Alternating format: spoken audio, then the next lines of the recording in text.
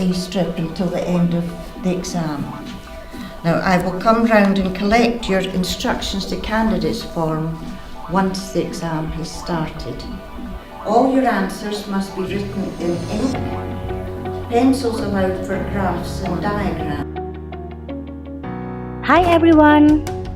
Welcome to our video. In this video, we will discuss about high-stake testing.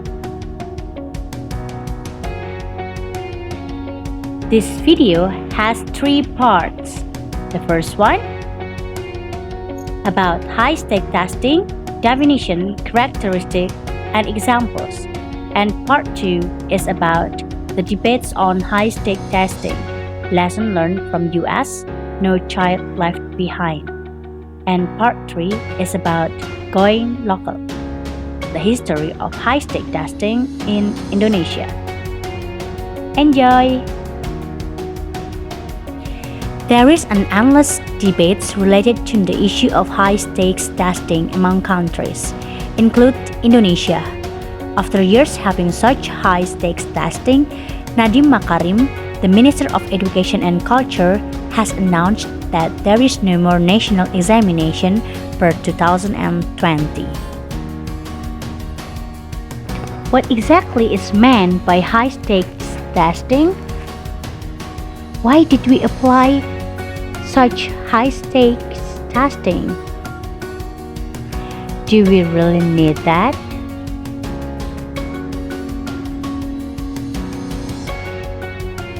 Before we go to the deeper discussion, let's learn what is actually high-stakes testing.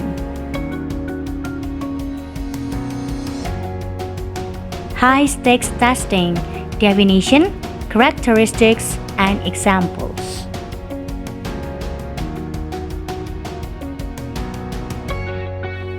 If we have the high, do we have the low? Yes, of course. We have high-stakes testing. We also have low-stakes testing. What is their difference? Now let's check it out. High-stakes testing is a test or testing program that has high consequences for students' grade promotion or graduation, teacher accountability, the reputation of the schools, or the funding of schools. In other words, high-stakes testing has significant consequences. It means that the scores leads to some form of sanction or reward. Meanwhile, low-stakes testing is a test that carries no significant or public consequences. In other words, there is no significant consequences for the test taker or other stakeholders. This means that the scores are not used to burnish or tarnish teachers or schools' reputation.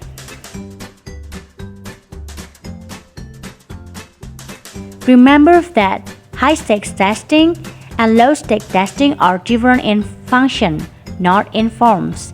This means that they might have similar forms, but they are different in function.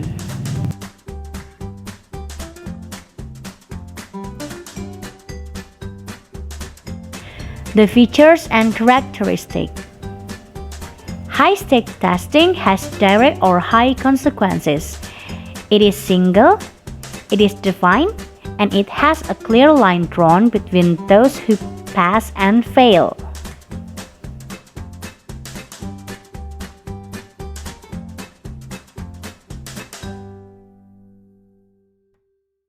Meanwhile, low-stakes testing has little impact on a student's score's grade. It refers to a method of assessment where the students are given the opportunity to try repeatedly, make mistakes, and potentially fail, and to learn from those mistakes with minimal academic penalty.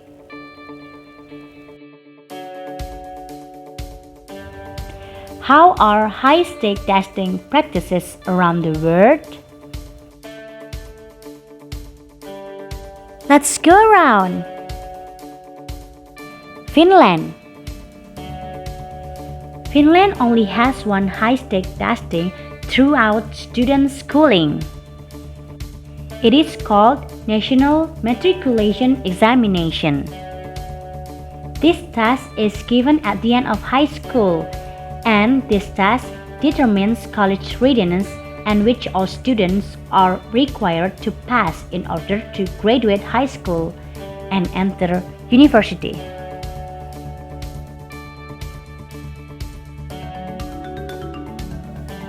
Second, the US.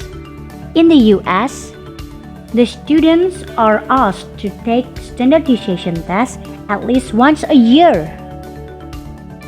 There is no clear curriculum, thus the test becomes the curriculum. In fact, most Canadian universities don't require the Scholastic Aptitude Test or other standardized admission tests for entering university, except for the students applying with a US high school diploma. Third, England. In England, the tests are administered at several points throughout the student's schooling. At the beginning of elementary school, at age 11, at age 16, and also at the end of upper secondary schools. The students are used to be tested to determine admission to highly selective grammar schools, which serve as a pipeline to selective universities, and to determine which students will move on to A-level upper secondary school. It is also to determine the universities that the students can attend and also to determine the students' area or specialty.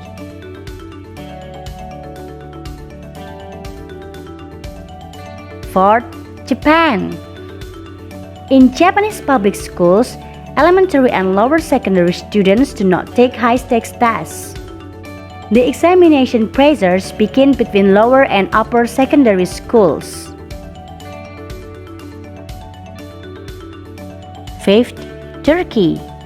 In Turkey, the high-stakes testing is taken at the end of basic education and at the end of high school. The students must take administered exam to go to the next level, and students who wish to enter a university must take another nationwide exam at the end of the high school. Okay, this is the end of part 1. Please now go to the next part